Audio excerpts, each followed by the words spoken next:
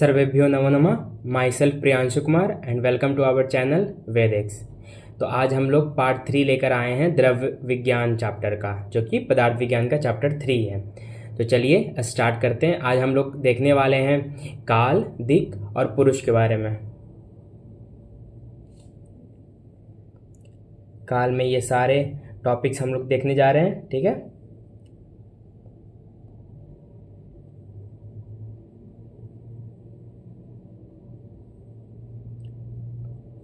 काल is the 8th कारण द्रव्य एमंग द 9 कारण द्रव्य, ठीक है। जो काल है वो 8th नंबर का कारण द्रव्य है। पूरे 9 कारण द्रव्य होते हैं, पंच महाभूत, पृथ्वी, जल, अग्नि, वायु, आकाश और आत्मा, मन, काल, दिक्, ठीक है। उस आइए है ये क्या होता है, तो ये अमूर्त द्रव्य होता है। अमूर्त द्रव्य का मतलब क्या होता है कि ये कैनॉट परसीव्ड बाय इंद्रिया। अब काल लक्षण, तो काल से हम लोग क्या समझते हैं? काल यानी कि समय, टाइम, है ना। अब टाइम 3 तरह का होता है, कौन कौन से? अतीत यानी कि पास्ट, वर्तमान यानी कि प्रेजेंट, अनागत यानी कि फ्यूचर, ठीक है।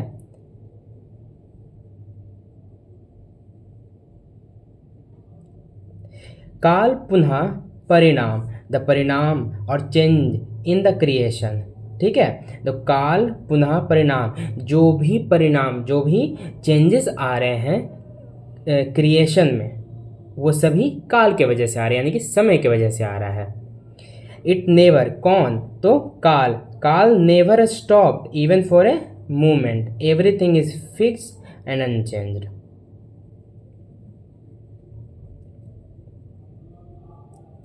काल विच डज द संकल यानी कि क्रिएशन एंड कालयति यानी कि डिस्ट्रक्शन ऑफ लिविंग बीइंग। काल विच बाइंड और engage all living being with सुख एंड दुख, यानी कि सुख और दुख को जोड़ता है। एक इंसान की जिंदगी में सुख और दुख आ रहा है, ये जोड़ने वाला कौन सी कड़ी है? तो काल, समय ही इन दोनों को जोड़ता है। जैसे हम लोग बोलते भी हैं कि अगर सुख आया है तो उसके बाद दुख भी आएगा, अगर दुख आया है तो उसके बाद सुख भी आएगा, ठीक है। क्योंकि समय हमेशा गतिशील है, हमेशा चलता रहता है, तो सुख के बाद दुख जरूर आएगा। फिर आता है नेक्स्ट, हमारा टॉपिक है काल गुण, यानी कि काल के कौन कौन से गुण होते हैं? तो काल के है गुण संख्या, परिमाण, पृथक, संयोग, विभाग, ये सारे गुण हैं काल के। नेक्स्ट है काल विभाग, द डिवीजन ऑफ टाइम, यानी कि टाइम को कैसे कैसे बांटा गया है। अब पहले के जैसे इस वक्त पे हम लोग क्या क्या बोलते हैं, सेकंड टाइम को कैसे बोलते हैं? तो सेकंड्स में बोलते हैं, मिनट में बोलते हैं, आवर में बोलते हैं, डे, है ना, दिन, मंथ, ईयर, ऐसे करके डिकेड, ऐसे में बोलते हैं। बट पहले के समय में कैसे बोला जाता था? 2 नादिक, यम, पक्ष, मास, मुहूर्त, डे, मास, ऋतु, ये इस तरह में उनका उच्चारण होता था। जैसे ये सब टर्मिनोलॉजी यूज़ होता था समय को बताने के लिए। जैसे 2 नादिक में 1 मुहूर्त होते हैं, 8 यम में 1 अहोरात्र यानी कि 1 दिन होता है, 2 पक्ष में 1 मास यानी कि 1 मंथ होता है, और 2 मास में 1 ऋतु यानी कि 1 सीजन होता है, ठीक है। काल 2 टाइप के काल बताए गए हैं, ठीक है। एक है नित्य और दूसरा है अवस्थिक काल। अब नित्य काल क्या है? तो नित्य काल यानी कि ऐसा काल, ऐसा समय जो नित्य चलता रहता है ना, वो जो रुकता नहीं है या उसमें कोई डिफरेंस नहीं आता, कांस्टेंट मूविंग टाइम है ना। जैसे डे एंड नाइट, है ना, ऋतु, सीजन जो वेरी करता है ना, वर्षा, शरद, हेमंत, शिशिर, वसंत, ग्रीष्म, वर्षा, शरद, हेमंत, ऐसे सीक्वेंस में चलता रहता है। उत्तरायण, दक्षिणायन आता है, या फिर पहले आता है चिल्ड्रेन, है ना, बच्चे होते हैं, फिर उसके बाद यंग स्टेज आता है, फिर ओल्ड स्टेज आता है। ये सभी काल में बंधा हुआ है, वो एक सीक्वेंस में होता रहता है। तो नित्य काल में आ जाएगा कौन सा? नेचुरली मूविंग टाइम, जो नेचुरली चलता रहा है ना। उत्तरायण, दक्षिणायन, उत्तरायण, दक्षिणायन। अब उत्तरायण, दक्षिणायन,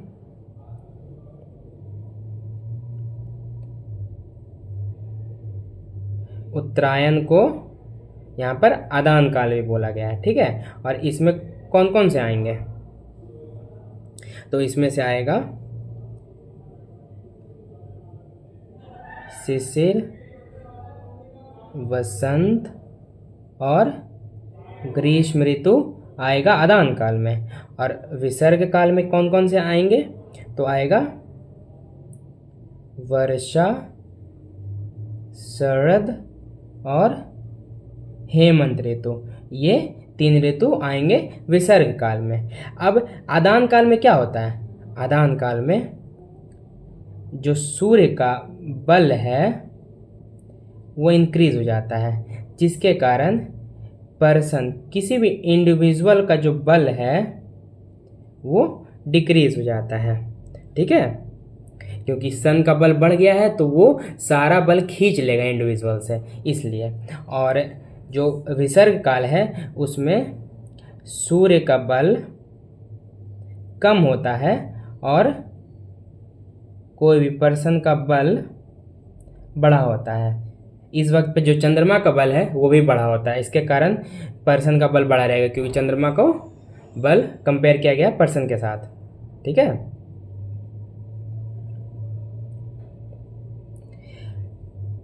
अब आता है अवस्थिक काल।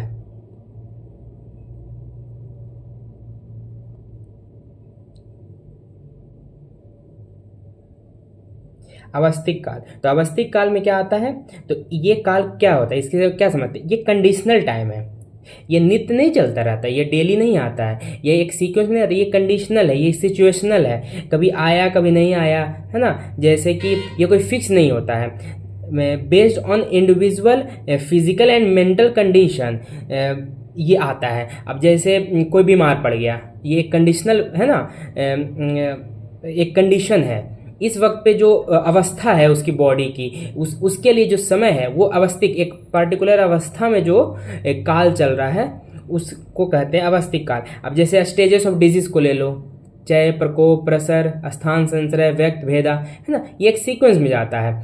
अगर नॉर्मल वो चल रहा है उसका दिनचर्या ऋतुचर्या तब तो ठीक है, अगर उसको डिजीज हो गया तो उसमें उसका जो काल है वो बदल जाता है। उसका जो डिजीज का अगर काल है, अब डिजीज का बात हम लोग करें क्योंकि वो इंडिविजुअली अब सफ़र कर रहा है, उसको व्याधि हो गई है, तो पहले उसका स्टेज जो व्याधि का जो स्टेज है वो पहले चय में रहेगा, फिर प्रकोप होगा, फिर प्रशमन होगा, फिर भी डिजीज नहीं कर, उसका ट्रीटमेंट नहीं लेंगे तो फिर स्थान संशय, फिर व्यक्ता, फिर भेदा, ये सब क्रिया शरीर में आपको क्रियाकाल में पढ़ाया जाएगा।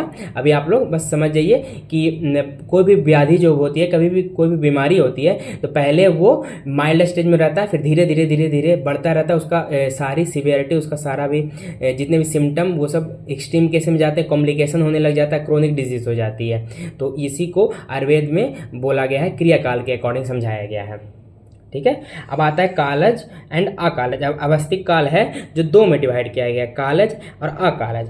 कालज औषध सेवन, यानी कि जो नॉर्मल हम लोग का दिनचर्या चल रहा है उसके अकॉर्डिंग हम लोग सेवन करेंगे। जैसे कि कोई भी सीजनल टाइम में शिशिर, वसंत, ग्रीष्म, है ना, शरद, वर्षा, हेमंत। एक आता है कालज औषध, अवस्थिक काल है जो 2 में डिवाइड है, कालज औषध सेवन, अकालज औषध seven. Importance and significance of काल इन आयुर्वेद।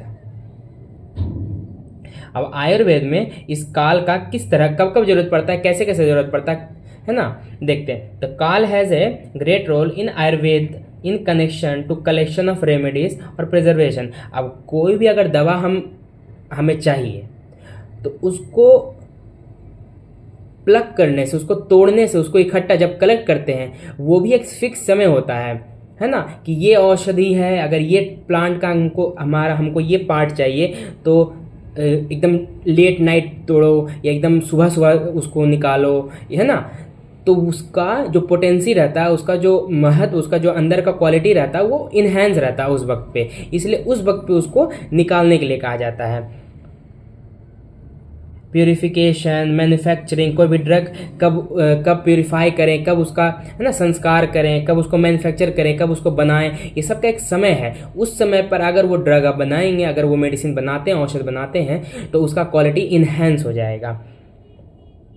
एक्सपायरी ऑफ मेडिसिन, सबका एक समय होता है। अब औषधि अगर आपने बनाया तो उसका एक कोई ना कोई एक्सपायरी भी होगा। टॉक्सिसिटी, डिजीज का कंडीशन होता है, चय, प्रकोप, प्रसर, प्रश्न स्थान संश्रय, है ना, व्यक्ता भेदा, ये सभी डिजीज़ का एक कंडीशन है कि आपको ये आया है स्टेज, तो अगर आप अभी भी ट्रीटमेंट नहीं किए तो फिर नेक्स्ट स्टेज में जाएगा, फिर ट्रीटमेंट नहीं किए तो फिर नेक्स्ट स्टेज में जाएगा, ऐसे करते करते कॉम्प्लिकेशन यानी कि भेदा स्टेज तक जाता है। फिर प्रोग्राम ऑफ ट्रीटमेंट यानी कि किस वक्त पे कौन सा हमको ट्रीटमेंट देना है, डिजीज़ का क्या कंडीशन है, हमारे कौन सा दोस्त विजिएट हैं, ये सब पूरा देखते हुए किस काल में हमें देना चाहिए, ये सब हम फिक्स करते हैं। Growth development of different organ in embryo, ये सब आप रचना से लेके जो गर्भ शरीर है उसमें आपको पढ़ने को लिए मिलेगा। मासानुमासिक यानी कि मंथली डेवलपमेंट ऑफ बेबी, किस तरह बच्चे उत्पन्न होते हैं, वहाँ पर जैसे हम लोग मॉडर्न में पढ़ते हैं वीकली डेवलपमेंट ऑफ बच्चे कैसे कब वीकली डेवलपमेंट, बट यहाँ पर हम आयुर्वेद में मंथली डेवलपमेंट आचार्यों ने बताया है। तो मासानुमासिक करके एक टॉपिक उसमें आप देखिएगा, तो उसमें लिखा हुआ है क्या लिखा हुआ है, तो उसमें लिखा हुआ है कि जैसे ये फर्स्ट मंथ में क्या डेवलप होता है, जैसे प्रथम माह से कलालम जाते, है ना, तो उसमें लिखा हुआ है कि जैसे जो मनस होता है वो 5th मंथ में डेवलप होता है, 5th मंथ में आता है बेबी के अंदर। ये जो ओजस होता है ये आता है 8th मंथ में, और जो बुद्धि होता है ये आता है 6th मंथ में। तो ये सब का सबका टाइम बताया गया है, तो ये सब काल से बंधा हुआ है सभी। एग्जाम्पल देखते हैं विच प्रूव द रिलेशन ऑफ काल एंड आयुर्वेदा। अब classification of disease based on काल, अब काल के बेसिस पर हम लोग डिजीज बता सकते हैं। जैसे है कालज व्याधि यानी कि disease occur due to natural changes in time season age, है ना, कोई भी टाइम में चेंजेस आया, सीजन में कोई चेंजेस आया या एज में चेंजेस आया, ये सभी कालज में आएगा, एक स्पेसिफिक सीक्वेंस में चलेगा। लेकिन अकालज व्याधि ये आएगा अननेचुरल डिजीज, ये है अननेचुरल, यानी कि कोई भी सडन इंजरी हमें हो गया, है ना। अब जैसे कालज व्याधि में होगा कि ज्वर, जैसे जनरली हम लोग को रेनी सीजन में, वर्षा ऋतु में हम लोग में ज्वर देखने को मिलता है। क्यों? क्योंकि जब वर्षा ऋतु होता है उसमें वात का एग्रवेशन हो जाता है, जिसके कारण। वहीं अकालज में कोई अननेचुरल डिजीज हो गया अचानक से, है ना, कोई इंजरी हो गया, हम लोग गिर गए, कोई चोट लग गई, कोई बड़ी दुर्घटना हो गई जिसके कारण हमारा इंजरी इतना ज़्यादा हो गया कि उसके कारण हमारा ज़्यादा ब्लड लॉस हो गया, या कुछ भी इंटरनल इंजरी हो गया जिसके कारण हमारे दोषा विसिएट हो गए, है ना। फिर है timely food, rest, exercise, sleep give health, है ना, सही समय पे खाना चाहिए, रेस्ट लेना चाहिए, एक्सरसाइज करना चाहिए, स्लीप, ये सभी हम लोग को हेल्थ प्रोवाइड करता है। अब जैसे कि दीवा स्वप्न, अब दीवा स्वप्न यानी कि अगर सुबह हम सोएंगे, दीवा यानी कि सुबह, स्वप्न यानी कि सोना, अगर सोएंगे तो हमारे अंदर कफ की वृद्धि होगी। वहीं निशा जागरण करेंगे, अगर रात को हम लोग जगेंगे तो हमारा वात बढ़ेगा बॉडी में। अकालज भोजन, अगर हम लोग किसी भी समय पर कभी भी खाना खा रहे हैं बिना कोई समय देखे हुए, बिना कोई एक डाइट को फॉलो किए हुए, तो हमें अजीर्ण हो जाएगा, ठीक है। अति व्यायाम, अगर व्यायाम हम लोग बहुत ज़्यादा करेंगे तो उसमें भी हमारा वात का प्रकोप होगा। एक्सेसिव रेस्ट, अगर कुछ ज़्यादा रेस्ट भी हम लोग करेंगे तो उसमें कफ हमारे अंदर बढ़ेगा। तो ये सब क्या है? समय से बंधा हुआ है। इस समय पे ऐसा करेंगे तो ऐसा हो जाएगा, इस समय ऐसा करेंगे तो वात बढ़ जाएगा, पित्त बढ़ जाएगा, कफ बढ़ जाएगा, वो उस तरीके से बताया गया है। The potency of medicine reduce if not followed the time schedule, यानी कि कोई भी द्रव्य का मैंने बताया था, औषध का, उसका पोटेंसी, उसका क्वालिटी डिक्रीज हो जाएगा अगर हम लोग उसके टाइम शेड्यूल नहीं अगर फॉलो करेंगे। अगर कोई किसी भी समय पर हम कोई भी द्रव्य बना रहे हैं, कोई भी औषध बना रहे हैं, किसी भी समय पर कोई भी औषध हम लोग कलेक्ट किए, उसको पाउंड किए, उसको, और उसके बाद फिर उसको मेडिसिन बना रहे हैं, तो ऐसा नहीं होता है। सब प्रिपरेशन करने का एक समय होता है कि इस समय पर ये औषध बनाया जाए तो इसका क्वालिटी बढ़ जाता है, ठीक है। षट क्रियाकाल, यही मैं बता रहा था। चय, प्रकोप, प्रसर, स्थान संचय, व्यक्त, भेदा। चय में क्या होता है, स्टेजेस ऑफ एक्यूमुलेशन, यानी कि जो दोषा है वो एक्यूमुलेट होंगे बॉडी में। प्रकोप में वो प्रोवोक होंगे, यानी कि एग्रवेट होंगे, बढ़ेंगे। फिर प्रसर में ये माइग्रेट होंगे, यानी कि जो दोषा एक जगह पर एक्यूमुलेट हुए हैं, बढ़े हैं, इंक्रीज हुआ है, वो उसके बाद क्या करेगा, पूरे बॉडी में इधर उधर जाने लगेगा, और इधर उधर जा करके वो जो वीक प्लेस रहेगा वहाँ पर जा करके वहाँ पर माइग्रेट करके बैठेगा और उस वहाँ पर भी दूषित करेगा। स्टेज ऑफ लोकलाइजेशन, अब वहाँ पर गया है तो वहाँ पर जाकर लोकलाइज हो जाएगा, वहाँ पर बैठ जाएगा, उसको वहाँ पर फिक्स हो जाएगा, और उसके बाद फिर वो पूरे एरिया को दूषित करेगा, उस पूरे एरिया को भी अफेक्ट करेगा। फिर व्यक्ता, यानी कि व्यक्ता मतलब आएगा मैनिफेस्टेशन, डिजीज का मैनिफेस्टेशन हो जाना। फिर भेदा यानी कि कॉम्प्लिकेशन, अगर चय में आपने ट्रीटमेंट नहीं किया तो वो प्रकोप जाएगा, प्रकोप होगा उसका। प्रकोप में भी डिजीज़ का ट्रीटमेंट नहीं किया तो उसका प्रसर होगा, प्रसर में फिर स्थान संचय, फिर ट्रीटमेंट नहीं दिया तो फिर व्यक्ता होगा, फिर भेदा। इसके बाद आप वो व्याधि हो जाएगा, वो असाध्य हो जाता है, यानी कि वो अनट्रीटेबल हो जाता है। ठीक है।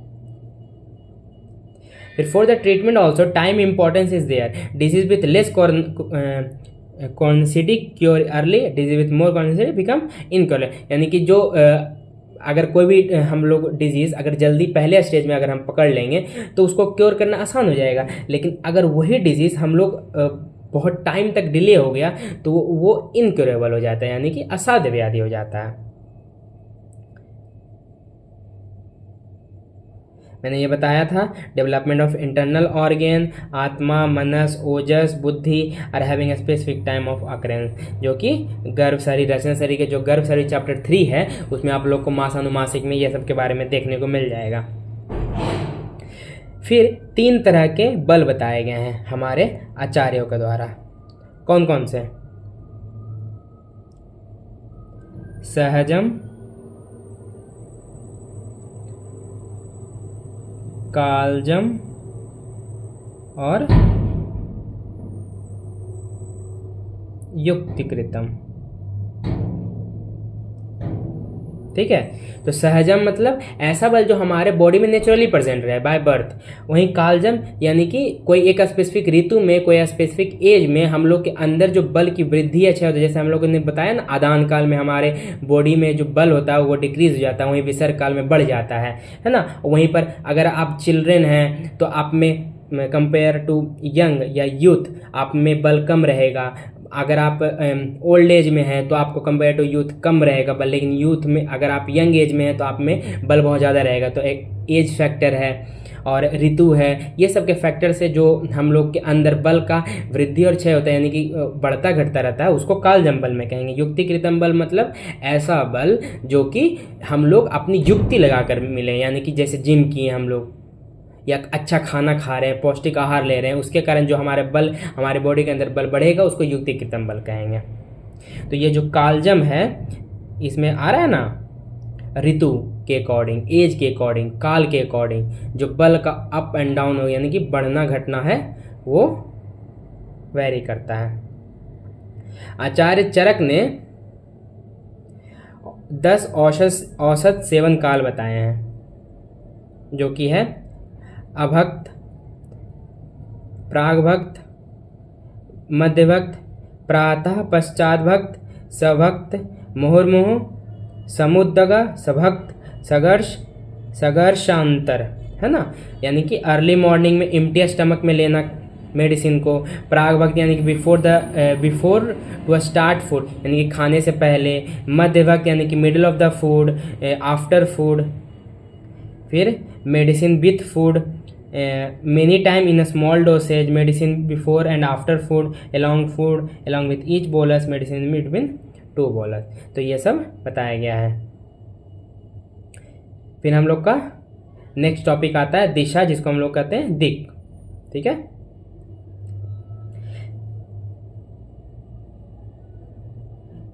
इट इज 9th कारण द्रव्य, है ना।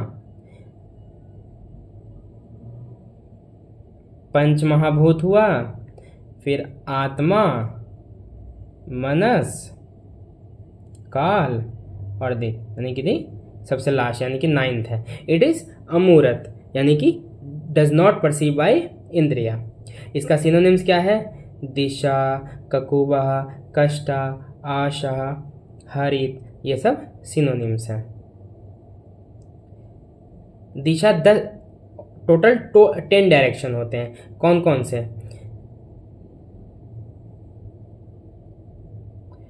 प्राची, अवाची, प्रतीची, उड़ूची, ईशान, व्याव्य, नैऋति, आग्नेय और ऊर्ध्व अध।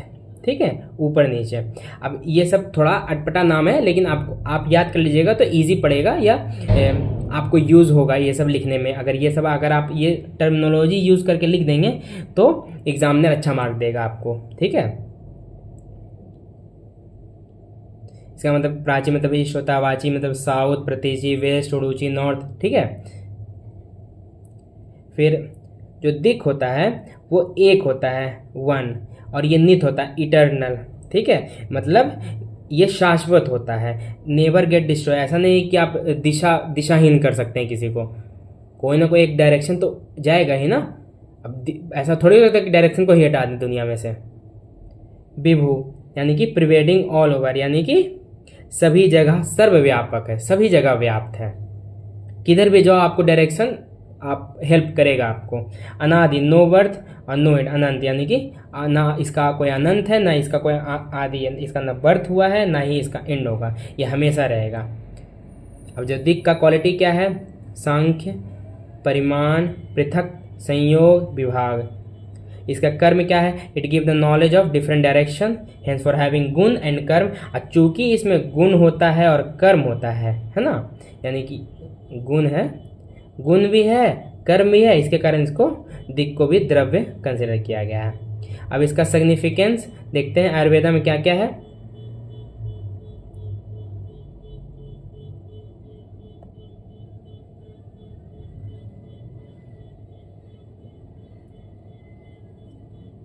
Waste air is healthy but not east air. जो एयर, जो हवा वेस्ट से बह रहा है उसको हेल्दी माना गया, बट जो ईस्ट से बह रहा है उसको हेल्दी नहीं माना गया है। डिस्क्रिप्शन ऑफ उत्तरायण, दक्षिणायन आर असिस्ट बेस्ड ऑन सूर्य गति। अब जो दिशा, अब दिशा का इंपॉर्टेंस क्या है? तो जो सूर्य का गति है, सूर्य किस तरफ मूव कर रहा है, किस तरह मूव कर रहा है, उसका दिशा क्या है, उस पर आप ये है कि आदान काल है कि विसर्ग काल है, ये उस पर डिपेंड करता है।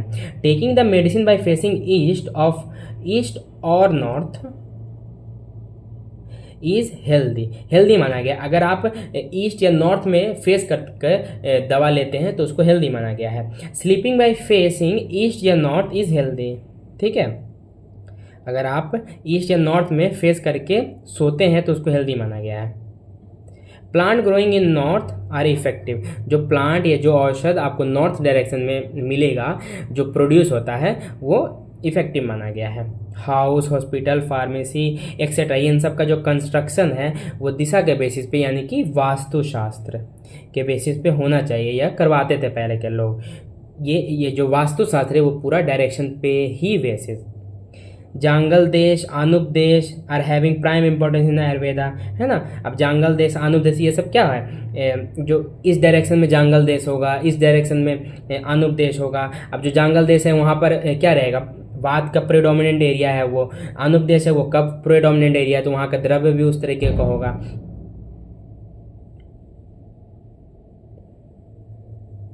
अब हमारा नेक्स्ट टॉपिक है पुरुष। पूरी शरीरे शेते इति पुरुष, अमरकोश के अकॉर्डिंग है। The person who reside in the पूर, यानी कि शरीर, इज कॉल्ड पुरुष। जो चीज़ हमारे शरीर में व्याप्त होती है उसे पुरुष कहते हैं। दस आयुर्वेदा एक्सेप्ट द पुरुष एज चेतना युक्त शरीर।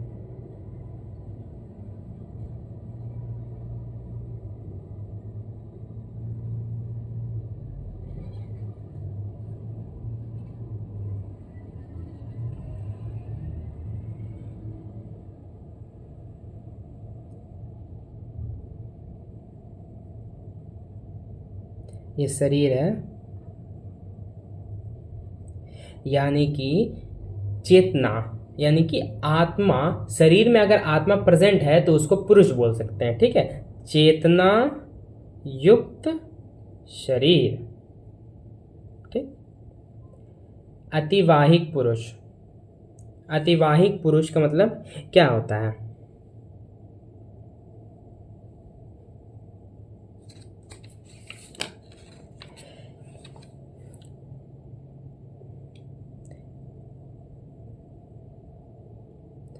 ट्रांसमाइग्रेट सोल, यानी कि ऐसा सोल, ऐसा आत्मा जो मृत्यु के बाद एक बॉडी से दूसरे बॉडी में चला जाए, ठीक है। ये ऐसा आत्मा, आत्मा ट्रांसमाइग्रेट, जो कि माइग्रेट कर जाए मृत्यु के बाद, एलॉन्ग विथ मन एंड 4 सूक्ष्म भूतार। 4 सूक्ष्म भूतार क्या है? पृथ्वी, जल, अग्नि और वायु, ठीक है। इट इज़ नॉट विजुअल, ये जो आत्मा का ट्रांसमाइग्रेशन हो रहा है, जो वो जा रहा है, वो विजुअल नहीं है, बिना डायवन पावर के, यानी कि जो होता है ना योगी लोग के पास जो होता है दिव्य दृश्य जिसको बोलते हैं, इसके बिना आप इसका जो माइग्रेशन हो रहा है उसको आप देख नहीं सकते। ये ओमनी प्रेजेंट हो, सभी जगह व्याप्त है, can enter any body, can perform any action and can adopt any form. It move from one body to another being guided by past action, और ये पूरी तरह से पास्ट एक्शन पर डिपेंड है, यानी कि जैसे हम लोग बोलते हैं ना रीबर्थ वाला थ्योरी, यानी कि अगर आपने जैसा कर्म किया होगा उसके अकॉर्डिंग आपको फिर नेक्स्ट जन्म मिलेगा। अगर आपने अच्छा कर्म किया है तो आपको मनुष्य जाति में फिर से जन्म लेना मिलेगा। अगर आपने बहुत अच्छा काम किया तो आपको मोक्ष की प्राप्ति हो जाएगी, जन्म लेने की ज़रूरत ही नहीं मिलेगी, है ना। अगर आपने खराब काम किया है तो आपको जानवर बनाया जाएगा। अब डिफरेंट वेराइटीज़ का थ्योरी है अलग अलग। आयुर्वेदा डिस्क्राइब 3 फॉर्म ऑफ पुरुष, 3 फॉर्म ऑफ पुरुष। कौन सा? चेतना धातु पुरुष, चिकित्सा धातु पुरुष, जिसको हम लोग षड धातु पुरुष यानी कि 6 धातु वाला पुरुष बोला जाता है, या कर्म पुरुष भी बोलते हैं, और चतुर्विंशति यानी कि 24 धातु वाला पुरुष, और राशि पुरुष भी जिसको बोलते हैं, ठीक है।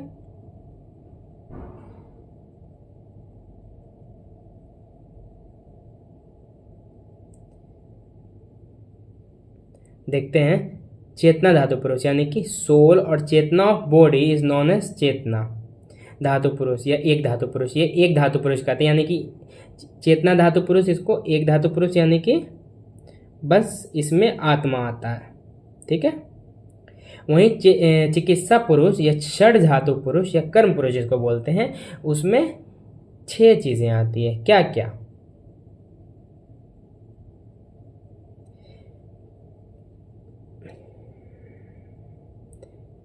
पंच महाभूत,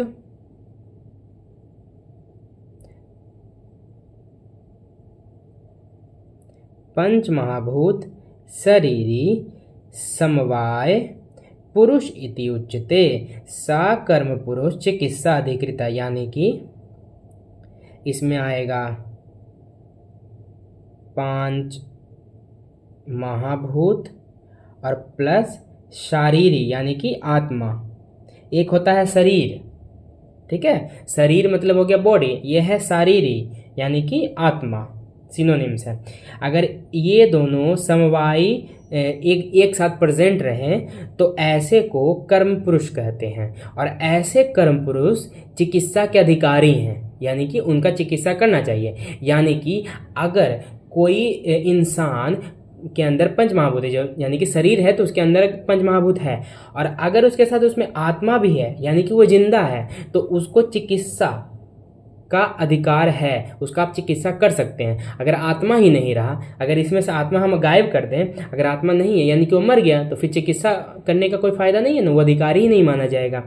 तो पंच महाभूत और शरीरी समवाय रिलेशन यानी कि इनसेपरेबल रिलेशन में अगर रहे एक जगह पर, तो ऐसे पुरुष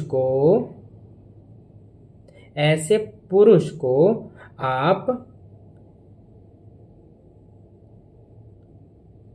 कर्म कर्म पुरुष बोलते हैं और ये चिकित्सा के अधिकारी हैं। ठीक है।